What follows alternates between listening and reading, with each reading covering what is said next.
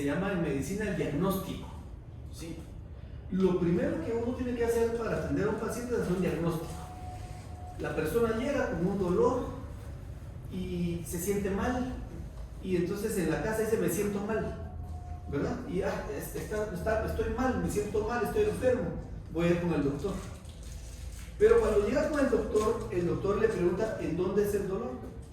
¿Lado derecho, lado izquierdo? Es peor cuando se acuesta o cuando se levanta. Y cuando come algo, ¿le duele o no le duele? O cómo se alivia, con calor o cuando se baña o cuando hay frío. Y entonces el doctor le toma la presión y mira unos indicadores, unos numeritos, unos indicadores de una presión, le dice a la gente la alta y la baja, ¿verdad? Y también miden el ritmo cardíaco, entonces vemos cuántos latidos hay por minuto y cómo son esos latidos. Y el doctor escucha los sonidos de los pulmones cuando la persona respira, ¿verdad? Y hace unas palpaciones para ver en dónde. Esa es la evaluación que hace el médico, y después le da un diagnóstico. Entonces le dice al paciente: usted está enfermo, usted se siente mal, pero lo que tiene es, y le da el nombre de la enfermedad, ¿sí? Entonces, cuando hay un nombre de enfermedad, el paciente dice: muy bien, entonces lo que tengo yo es colon irritable, o tengo gastritis, o tengo diabetes, el nombre. Y después de tener el nombre, entonces el doctor le dice: ¿cuál es la medicina? ¿No? Entonces le dice: la medicina que usted se va a tomar es la metformina, o va a tomar unas estatinas, o va a tomar esto para el colon, y le da la medicina. Y después de que le da la medicina, le dice: y se la va a tomar cada 8 horas, esta cantidad de miligramos, durante ciertos días, ¿verdad? Entonces, ya sabiendo todo eso, está en las manos del paciente usar el medicamento y el tratamiento, ¿sí? Y entonces se va a curar. Igual ha pasado con Guatemala. Todos sabemos la enfermedad, que es el desorden, el caos, la injusticia, no hay seguridad. En la antigua ya van 4 personas que matan en las calles de la antigua. No hay justicia. Recientemente, ayer mataron en la Alameda a unas personas. Entonces ahí no hay seguridad. Y hace muchos años atrás que había otros problemas, y porque no había seguridad, nunca se solucionó, y no hay justicia. No hay justicia. Pero se inunda toda la antigua cuando llega, ¿verdad? Entonces el patrimonio de la humanidad, matando gente, inundaciones. Hay algunas calles del patrimonio que se sienten olores fétidos de los drenajes de hace años, que en aquel tiempo, hace muchos años, ya se habían advertido: hay que limpiarlos, hay que regenerar los drenajes. Y en Antigua no hay agua algunas horas del día después, ¿verdad? Y todos los alambres en las calles del viaje, toda la alambradería, la estática que hay. Entonces no hay infraestructura. En la Antigua no son solo el centro de la Antigua, que está muy lindo y muy bonito, pero hay otras 22 aldeas. Y las 22 aldeas de la Antigua no son como la Antigua, ¿verdad? Ahí hay algunas aldeas que tienen los drenajes afuera de la tierra, ¿verdad? Entonces, pero todo esto que estoy diciendo es la enfermedad, son los síntomas. Todo lo malo que está, todo eso ya lo sabemos todos. Lo que nadie ha logrado hacer es hacer un diagnóstico de por qué pasa eso en Guatemala. ¿Por qué hay inseguridad? ¿Por qué no hay buenas obras de infraestructura? ¿Por qué no hay justicia?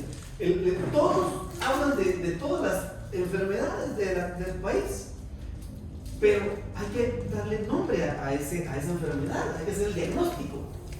Pero nadie le sabe el nombre hasta que nosotros le enteramos que el nombre es donde está estatismo. Esta es la enfermedad. Ok, ya tenemos el diagnóstico. Entonces, una persona que tiene su diagnóstico ya puede tomar la medicina. ¿Cuál es la medicina? Según lo que nos explicaba el ingeniero. La enfermedad de Guatemala es el estatismo. ¿Cuál es la medicina? ¿Quién se anima ahí?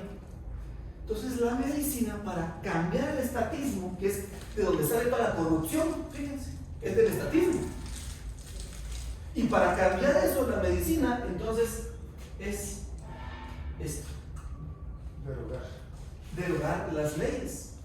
¿Qué leyes? Y fácilmente las podemos ver. ¿Qué leyes son las malas? Pues una ley que sea injusta es buena. Una ley que sea inmoral. Una ley que me beneficie a mí pero lo perjudique a él. Una ley que me quite dinero a mí y que yo nunca lo voy a utilizar. Eso es justo. Se sabe que alrededor del 30% de lo que nosotros todos generamos con nuestro trabajo, alrededor del 30% eso se va en impuestos para el Estado. El 30%. Entonces esa persona que gana 1,000 quetzales realmente lo que puede usar son, ¿cuántos serían? 600, 700, 600. Porque el 30% se va en impuestos que son injustos, inmorales y que no son equitativos para todos. ¿Sabían eso ustedes? Hay gente que dice, yo no pago impuestos, pero cuando yo compro una tortilla, ahí yo la estoy pagando 3 veces más de lo que debería valer. O una Coca-Cola, o pago el pasaje, todo lo estoy pagando demasiado porque hay estatismo, porque el Estado abarca mucho y aprieta poco, entonces necesita mucho para hacer todas sus funciones. Y para eso, ¿cómo funciona el Estado? ¿De dónde sale todo el dinero que usa el Estado? De nosotros. ¿Eso es justo? No es justo, porque el dinero nos quita, el Estado nos quita dinero para cultura.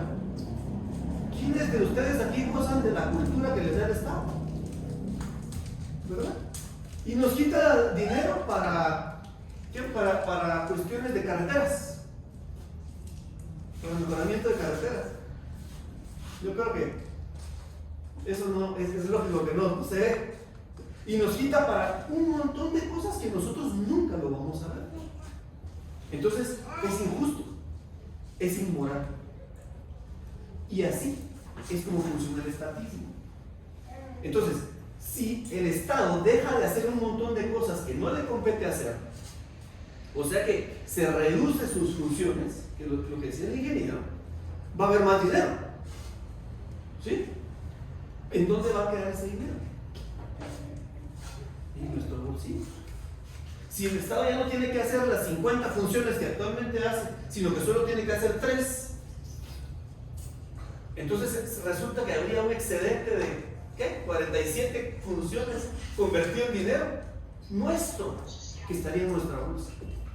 Eso sí sería más justo. Porque mucha gente también pregunta, hoy cuando yo hablo con la gente les digo, miren, ¿qué es lo que usted quisiera? ¿Qué sueños tiene? Y hay gente que dice, mire, yo quisiera poner una escuela, yo quisiera ayudar en mi comunidad, como lo que yo les decía al principio, que el anhelo que si nosotros siempre tuvimos en la familia y todavía lo tenemos dentro del club es ayudar a la comunidad, pero estamos muy limitados. Hicimos hacer en el 2019 una jornada muy grande, había alrededor de casi 100 médicos para hacer una jornada, imagínense eso.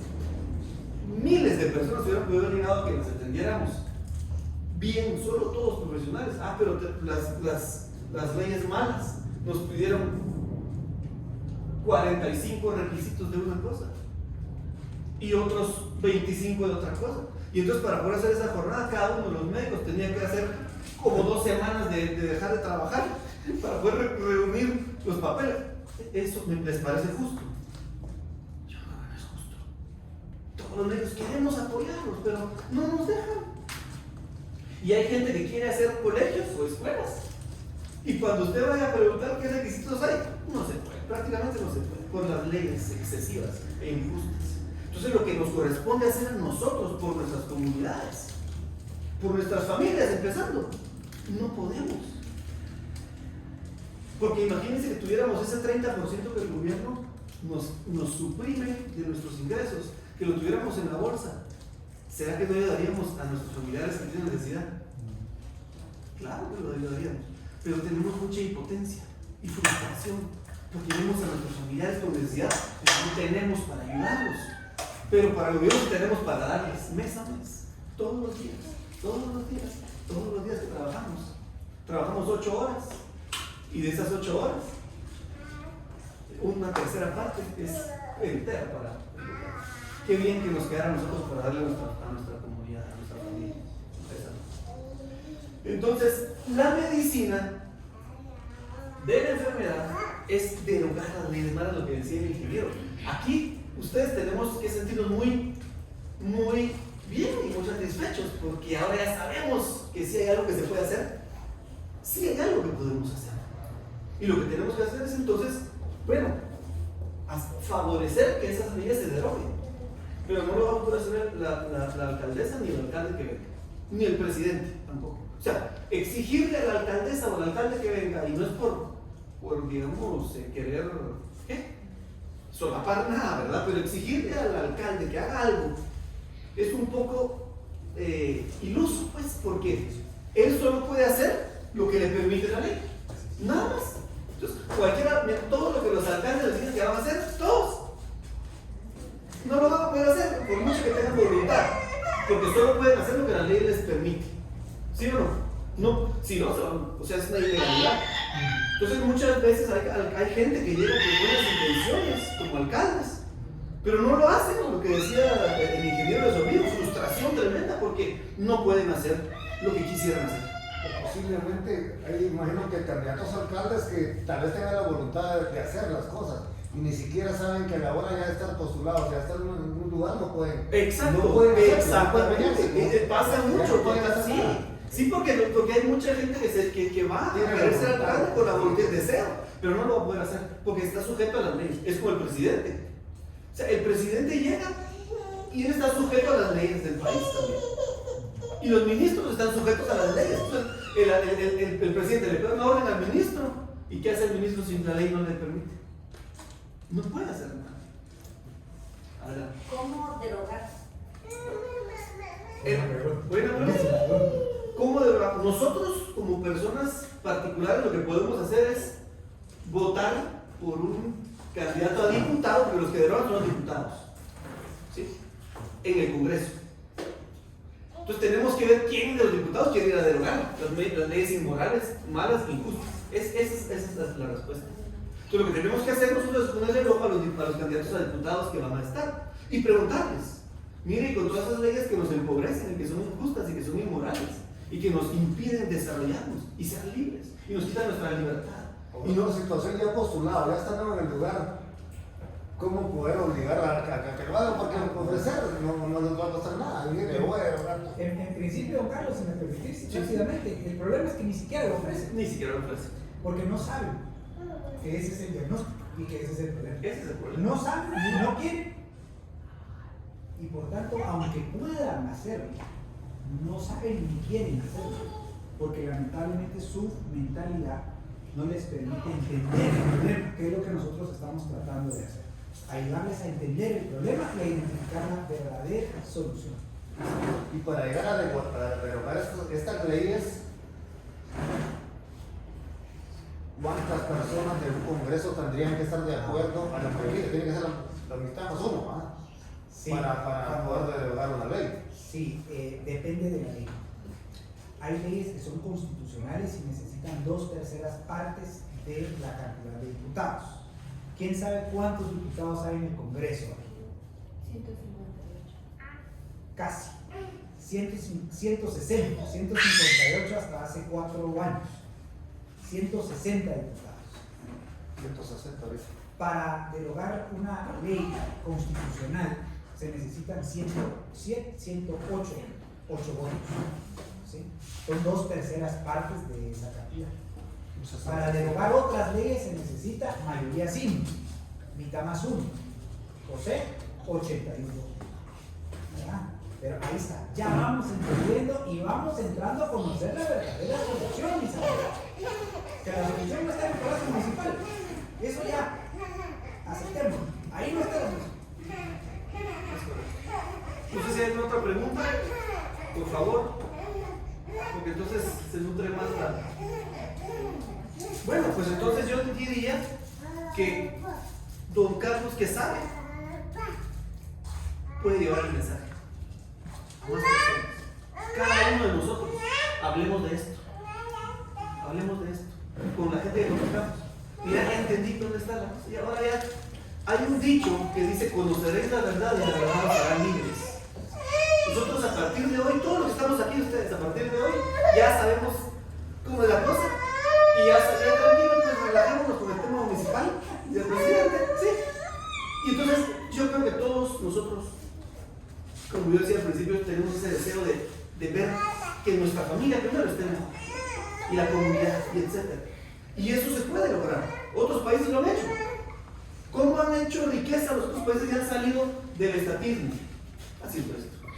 Si otros países ya lo hicieron, los países que son ricos, cuando eran pobres, pasaron a ser ricos porque hicieron esto. ¿Ok? Son los países más libres y más justos. Un día no eran así. Pero entonces hicieron esto porque había estatismo y ahora lograron el cambio. Entonces sí se puede, porque hay muchos países que lo han logrado. Por otro lado, yo les digo que si ustedes quisieran seguir escuchando más de esto y profundizar en esto, pues los miércoles nos podemos reunir. Yo me reúno todos los miércoles por Zoom, por Meet, y hablamos todos los miércoles a las 7:30 de este tipo de temas. Los hablamos, los platicamos y entonces ustedes se pueden conectar desde sus teléfonos, sus computadoras, y nos vemos ahí los miércoles a las 7:30 y hablamos de estos temas, y cada miércoles vamos avanzando y hay preguntas y respuestas y aprendemos más para poder nosotros también hablar con más personas de esta realidad, ¿verdad? Y hay martes y hay lunes también reuniones, y hay jueves y hay viernes y sábado. Todos los días, pero yo estoy los miércoles, ¿ok? Yo los miércoles puedo dejar mi número, Sí, ¿verdad? Por favor, sí. Una pregunta. Sí. En el tema de lo que llegaba decía de lo que se trata de alcaldía, supongamos que me estuviera postulando para la alcaldía, ¿verdad? Pero, o sea, mis promesas de proyecto, eso quiere decir que no podrían ser reales a lo que yo quiero. Eso es lo que no muy entendí, porque créanme que es muy interesante, porque como panameños yo creo que